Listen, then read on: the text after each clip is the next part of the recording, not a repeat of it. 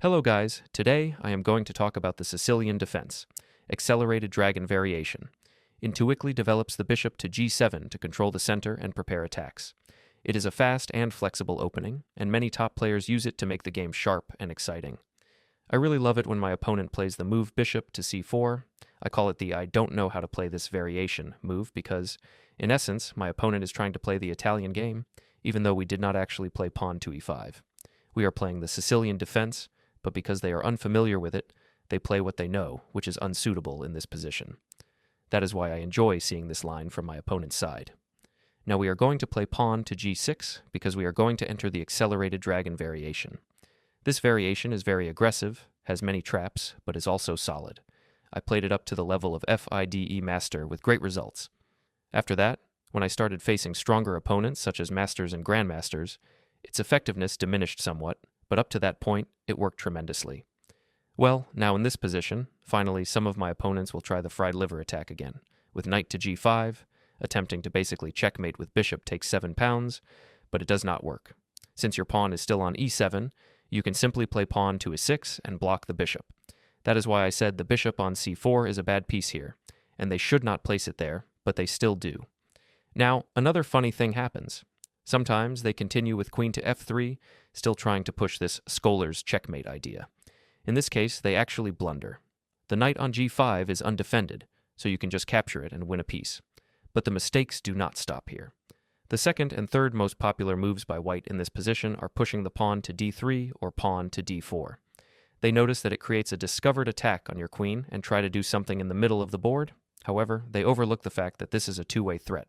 Not only does the bishop attack the queen, but the queen also attacks the bishop. So after queen takes c1, you simply keep capturing everything offered and you win the game. Now what if your opponent does not blunder everything and just plays standard development moves? Suppose they avoid pushing pawn to d4 because it is more complicated, so they try to develop their pieces normally. In this case, we bring our bishop to g7 on the long diagonal, which is one of the key pieces in the Sicilian Dragon variation. After they castle, you usually develop your knight to f6. However, in this line, pawn d4, I recommend playing pawn to e6 and then developing your knight to e7. Why? First, it keeps the long diagonal open for your bishop. Second, the pawn on e6 completely blocks the opponent's bishop on c4, which is currently inactive.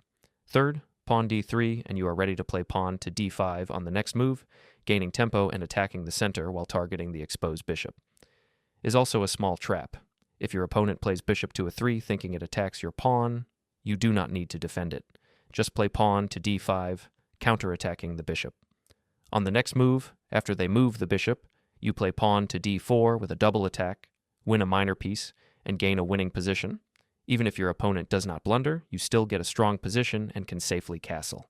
Third, your opponent plays standard moves. Now, let's dive into the main line, and at the end I will quickly show a few sidelines.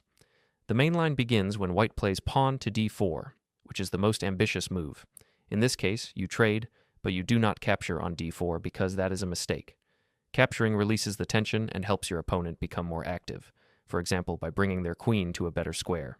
Instead, you focus on developing your bishop, as we want in the dragon variation.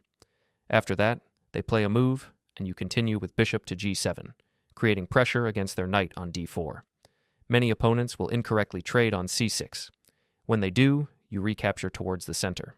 You should recapture with the b-pawn, not the d-pawn, because it keeps your queen safe, solidifies your center, controls important squares, and may allow you to play pawn to d5 later.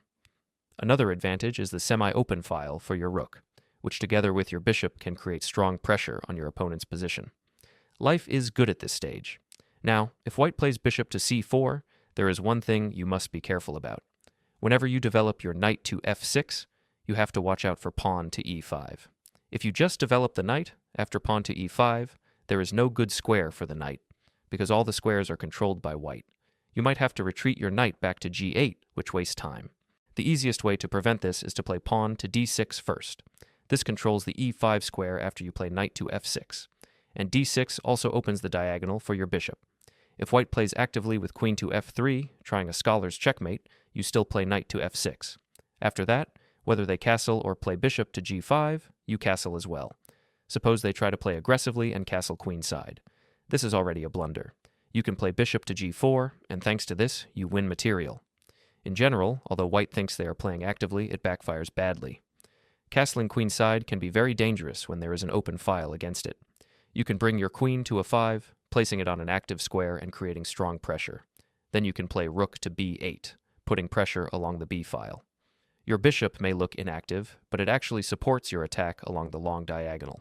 You are already building strong pressure, and for white it will take many moves to create any counterplay on the king side. Even with equal material, this position is better for black, and with a material advantage, it is completely winning. Back to the main line of the Sicilian defense, we are attacking the knight on d4. If white captures on c6, it actually benefits you by improving your center and opening the b file for your rook. It is better for white not to capture, but to play bishop to e3, defending the knight. After that, you play knight to f6 and castle, which is standard development. There is one tricky idea in the accelerated dragon, popularized by Bobby Fischer, called the sacrifice checkmate pattern against the dragon variation. There is a plan in the accelerated dragon where white castles queenside. Typically, white plays queen to d2 first, and then advances pawn to f3, pawn to h4, and pawn to h5 to open the h-file and attempt a checkmate against the black king. This plan is very effective against the classical dragon variation. However, the accelerated dragon is different. In the classical dragon, black usually has a pawn on d6, which helps control the center and limits white's attacking options. In the accelerated dragon, the pawn is still on d7, which allows black to create strong counterattacks. There are two main ideas for black here. One is to advance the knight to g4, and the other is to strike in the center with pawn to d5. When you play either of these moves, your opponent struggles to find a good plan, and black gains the initiative. This is why the accelerated dragon is so powerful. Many opponents, unfamiliar with this line, try to follow their usual plans, which often backfires quickly. For example, after black plays knight to g4, white cannot easily play pawn to f3 to stop the attack. Now the knight on g4 pressures the bishop on e3, and white cannot easily trade it or move it without losing the knight on d4. Many opponents then try to save their bishop by trading it on c6. This is actually good for black, because it strengthens the center and opens the b file for the rook. After this, black can continue to trade off the bishop on e3 if needed, and consolidate a strong position. They cannot play bishop to h6 to exchange your bishop, making your bishop extremely powerful. Generally, the bishop on g7 becomes very strong. If white plays bishop to d4, do not automatically capture it, because attacking and creating threats is better than unnecessary trades. A powerful and strategic plan here is to play bishop to h6, taking full advantage of the pinned f4 pawn. This move immediately puts pressure on white's position and opens up multiple tactical possibilities. If white attempts to defend with pawn to f4, trying to shield the queen, you can strike back strongly with pawn to a5, directly attacking the bishop and increasing the tension in the center. Once the position opens, bishop takes f4 follows, winning the queen instantly since the f4 pawn is pinned and unable to capture. Even if white tries a defensive move like bishop to e3, you can calmly exchange and then play bishop takes f4, winning the queen.